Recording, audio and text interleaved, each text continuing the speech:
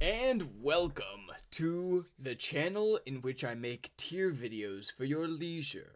After all, I am a ginger, and the one thing I can do to satisfy the desires of my soul is to hope to one day become self-transcendent. I feel like I go over this every week, and yet I still will reiterate it because I do in fact have red hair. Anyways, today I'm going to be ranking the top Star Wars movies. In fact, I'm going to be listing all of the Star Wars movies into one compiled tier list, and it will be the best one that you have seen before. I will give you the good reasons why the order that I picked is better than anyone else's order. And without further ado, let's just jump right into the video. So I must start off by saying that this one's going to be a bit of a shorter tier list than usual, and because of that, I'm going to be spending more time on each individual ranking. Plus, there's a lot to get into because each of these is like a 2-hour movie.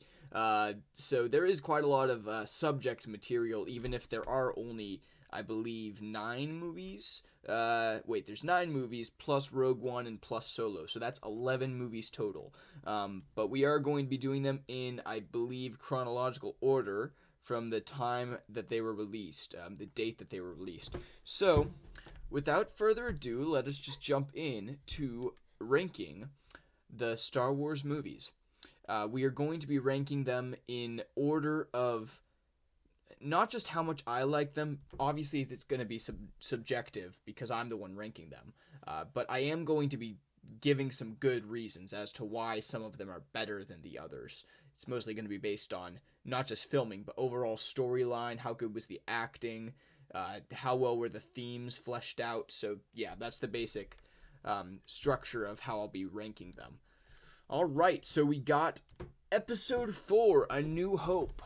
Oh, the very first Star Wars movie that came out, the explosivity of the cinema when everyone went to the cinema and was like, wow, what a movie. There's been nothing like this in the history of the universe, even though Star Trek kind of existed around that time too.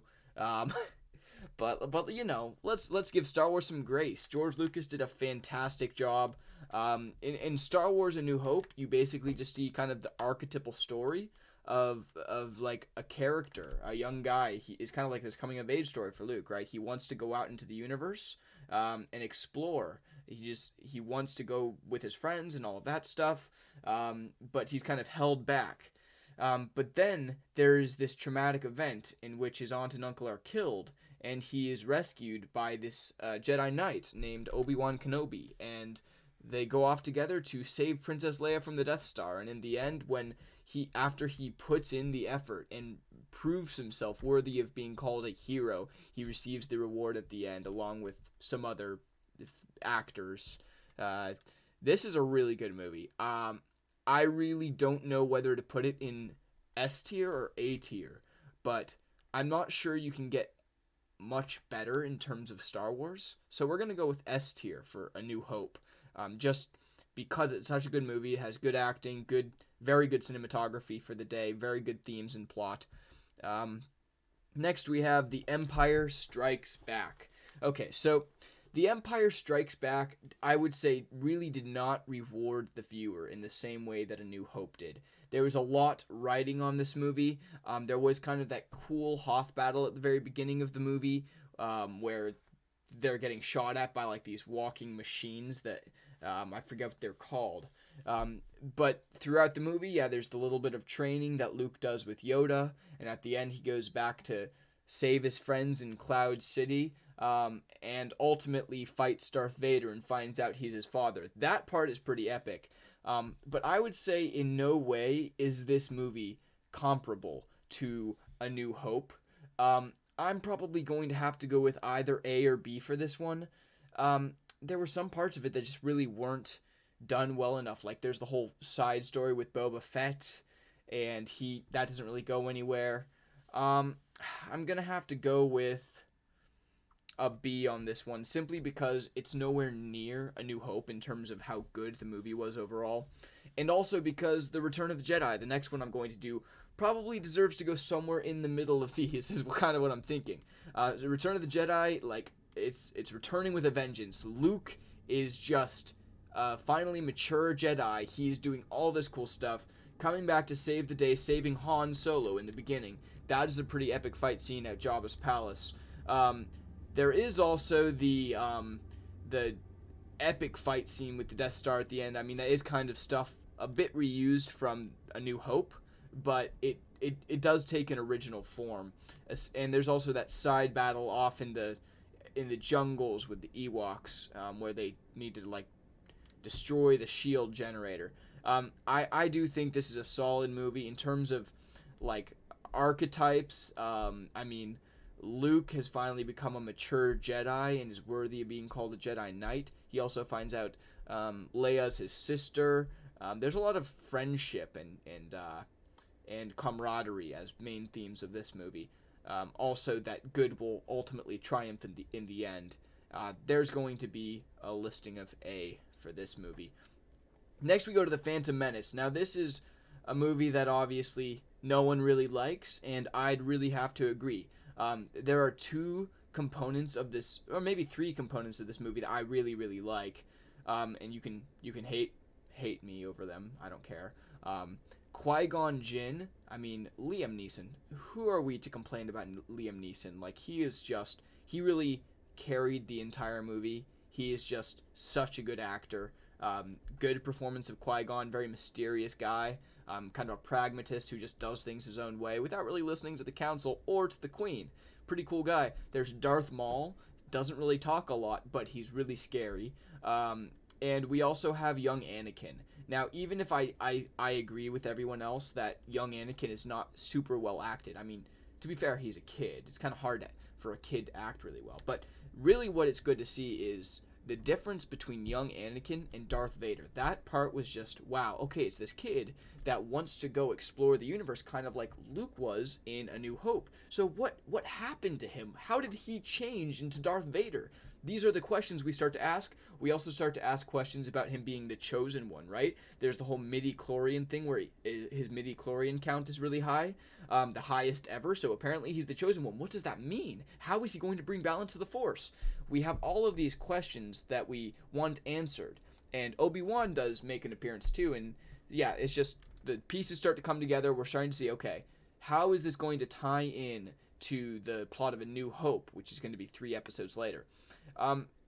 Overall, though, it's a toss-up between a B and a C for me. I really don't want to put it on par with The Empire Strikes Back because that was a better movie in my opinion. I'm going to have to go with a C. It's brought down because of the lack of good acting and script especially. The script was the main problem. The plot was also not the best one on Earth. There is kind of the argument that the politics just kind of mess with the main gist of the Phantom Menace. But you also have to remember that the prequel trilogy in Star Wars needs to be based on politics. The whole point is really that all of this political stuff was what led to this very chaotic universe that's under the rule of the Empire in A New Hope. So we're starting to see how this works its way to that. Next, we have Attack of the Clones. Attack of the Clones is honestly a lot better than the Phantom Menace. It starts to bring more pieces together. I mean, we have the clones coming together, and there's that huge fight scene with all of the Jedi and the clones. That's just very impressive. There's the whole, I mean, the Count Dooku storyline really could have been done better, but there is the really good scene with Yoda fighting. Come on, I mean, I know everyone hates on that scene, but really, it was just epic to see Yoda like flip-flopping around like a turtle. He's like, whoa, whoa! And it was just a really epic scene when I watched the movie. There's also, Anakin starts to kind of it becomes clearer what Anakin's personality is. He's very restless, ambitious, and kind of senseless at times. He just jumps in and does whatever he wants. And that includes at the end when he's trying to fight Count Dooku, he just runs and tries to take him on his own. And because of that, he gets his, I believe, both of his arms cut off, or something like that. So yeah, it's a decent movie overall, but nowhere on par with some of the better ones. It's going to have to go in B tier for me. I almost moved it down to C tier, but I'm not, because I think the storyline is a little bit more mature than that of the Phantom Menace. I really don't think it's in the F tier for me. Here we have the Revenge of the Sith. The Revenge of the Sith brings all of these pieces together. It shows how really some sort of fascist or dictatorial government comes about.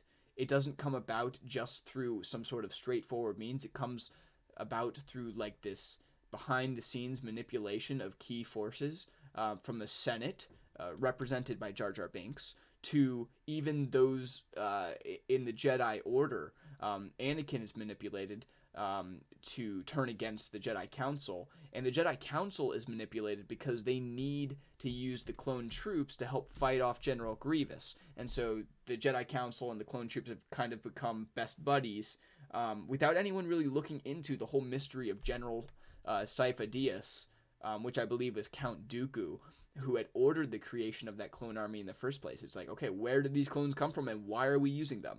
That is the question that's not really answered. And so Palpatine really just manipulated everyone behind the scenes, and because of that he has his epic rise to power, and we have Anakin turning from his very doting and very loving and very passionate person who cares about his friends, he cares about Obi-Wan, he cares about Padme. He turns from that into this very evil, sick tyrant who's not even going to refrain from killing children. Very disturbing. But it's kind of like this Breaking Bad type of deal, right? It's like anyone has the potential within them, deep down, to turn to the dark side, to just unleash the beast. You know, it's this very dark imagery, and I think Revenge of the Sith does a fantastic job at that. And the reason it's not just an A tier for me is because of the end scene with Obi-Wan fighting Anakin. That has got to be one of the most emotional and well done in terms of choreography scenes in the entire Star Wars franchise. And because of that, I'm putting it up in S tier with A New Hope. Next, we have the new trilogy, and I really don't know what to say about this. People are so divided on the new trilogy that I really don't want to make any sort of statements very strongly, but you know what? I'm just going to. The Force Awakens really wasn't all that good. It didn't give me a reason to care about this new trilogy. I mean, there was Rey, okay, sure, she's looking for her parents, sure, there's Finn, there's these characters, it's like, okay, there's Kylo Ren. I didn't really like the way the storyline played out. I didn't like the fact that Rey was just really good with a lightsaber right away. I didn't like the way that Han Solo died. I thought they should have done something more if they were just going to bring him back like that. I really just didn't like the way the pieces came together. It did kind of set up a good potential for a storyline in the next two for this trilogy. But by itself, the movie does not really stand. For that, I'm honestly going to have to give it an F. It's just really not good in my opinion. Next, we have Rogue One. Rogue One, in my opinion, was actually a really well done movie. It was up there with the better Star Wars movies. It basically gave the background to A New Hope, what led up to the scene where Darth Vader's giant battleship is coming to usurp this little political vessel, right, and overtake it. And we find out how all the pieces came together. It's just really well done in terms of storyline. It's kind of really smart and really intense the way it's put together. It's well filmed. The characters are well done. I don't know what there is really to say about themes. I haven't watched it in a while. I'm going to have to, however, put it up in A tier, above The Empire Strikes Back and above The Attack of the Clones. It's on par with The Return of the Jedi for me. Next, we have The Last Jedi. Now, in terms of the new trilogy, honestly, this one wasn't awful. But overall, I just didn't like the fact that it really just didn't want to tell a good story, in my opinion. Honestly, just there's a lot of the trashing on the old Star Wars, right? It's like Luke's just a hermit now. He doesn't care about anyone. There's that vision of Yoda, kind of saying, just trash the old books, that kind of stuff. It's like, okay, yeah, but we also love Star Wars, and maybe we don't just want to get rid of everything that we viewed as important about the series. I also think there was it wasn't just that the story was bad, it was that it could have been done so much better. There was so much potential, right? There was the whole thing with Kylo Ren being part of Luke's group of Padawan that he was training, or younglings rather, and he turned bad. That could have been done so much better. There could have been a much better payoff on the kind of telepathic relationship between Kylo and Rey, but really all it turned into was, oh wait, I'm gonna turn to the good side, says Kylo. Psych, and he doesn't turn to the good side, even after he just helped Rey fight off those kind of like red guards, the red suited guards in the one room. And really, if you look up, there's videos on YouTube of how poorly choreographed that red guard fight scene is done. Just to me, there's just so much in this movie that really doesn't make it good. And because of that, I really am going to have to put it down in C. I feel bad for doing this to the new movies. I just really don't think it's all that well done. Okay, Solo. So this isn't one of the new trilogy, but Solo is basically a backstory of Han Solo, and it goes into kind of what his adventures were, how he got to be where he was. I honestly thought it was well acted. There was a decent storyline. I guess the main thing the main question I had when I came out of the movie was, okay, why should I care? So it didn't really prove to me that it was really worth caring about. Other than that, I actually thought it was a decent movie. I'm going to have to put it in B because of that. It wasn't really awful, but it wasn't really good either. Okay, so next we have the last one, which is The Rise of Skywalker. Just making sure I'm getting my name right. So The Rise of Skywalker is the final film from the new trilogy, the sequel trilogy. Now, The Rise of Skywalker was actually pretty intense. You find out that Palpatine's actually alive again. In the end, there's this epic showdown with Palpatine where Rey ends up fighting him. There are some questions to be raised about how kind of Rey and Kylo were able to defeat Palpatine like that. There's this one scene where they're in the desert and they accidentally stumble into a pit and find the one secret they're looking for. It's just a very convenient plot. Really, there's no reason as to why I see that Palpatine should have come back. I mean, Darth Sidious died in A New Hope, and the fact that they bring him back kind of undermines Darth Vader's sacrifice. I think what they were trying to do was say things are never completely settled. There's always going to be a new bad guy that rises up. So why couldn't they have just done that with someone else? I don't know. Overall, I didn't even think this one was okay. I really thought it was well acted once again, and I thought there was good animation. I don't know. I'm tossing up between a B and a C here. I'm honestly going to go C. The new trilogy is just the worst of the Star Wars. I'm going to blame it on Disney. I like J.J. Abrams as a writer and producer. I also like Rian Johnson. I thought Rian Johnson did a fabulous job on the movie Knives Out, but I just have to say the new trilogy was just not up to par with the old stuff. If you guys disagreed, which I'm sure a lot of you will, please leave a comment down below and tell me why I'm stupid, and I'll respond to you and tell you that no, you are stupid. I'm just kidding. I'm not that mean. I'm just a soulless ginger, but I'm not that mean. Well, regardless, give me some suggestions as well for what tier videos you'd like me to see me do next, and with that, I'm going to let you go and see you next time.